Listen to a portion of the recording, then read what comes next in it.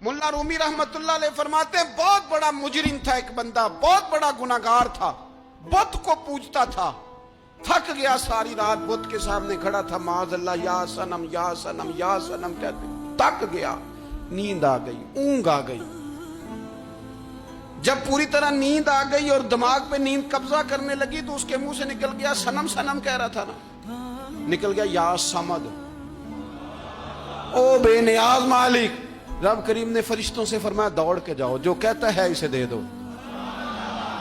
फरिश्ते कहने लगे मालिक तो बुत को पुकार रहा था, उसने तो गलती से नाम लिया है। फरमाया मुझे नहीं पता, लेकिन देखो ना उसने मुझे पुकारा तो है ना, कितनी देर से झूठे को पुकार रहा था, इसका मामला हल नहीं हुआ।